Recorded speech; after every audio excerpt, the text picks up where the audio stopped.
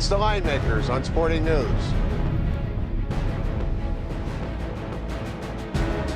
Hey folks, thanks for stopping by the Line Makers on Sporting News. Brian Blessing, Ricky Herron, and we are talking NBA hoops for you on a Friday.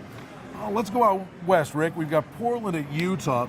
Looking at the Jazz here, probably about a 4.5 point favorite. Let's call the total 195. Portland's coming off a really emotional game.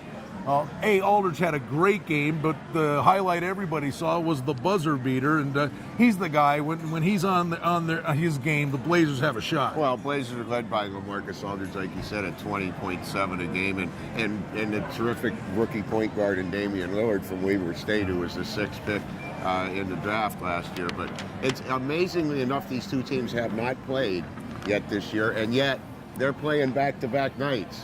Friday night in Utah, Saturday night in Portland. So check the lineup for the Jazz with Gordon Hayward and see if he's in the lineup. Been kind of a day-to-day situation right now. So and the one thing I throw out there, I mean, that's a great win. Portland down 21, roar back. Aldridge gets the buzzer beater, but these are actually two teams heading in opposite directions. You've got Portland 3-7 in their last 10. The Jazz are 7-3 in their last 10.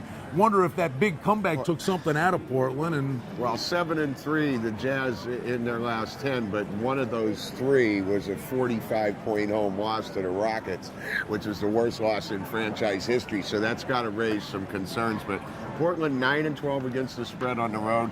Jazz, we know they're a terrific home floor. 16-5 at home, 13-8 against the spread on this floor.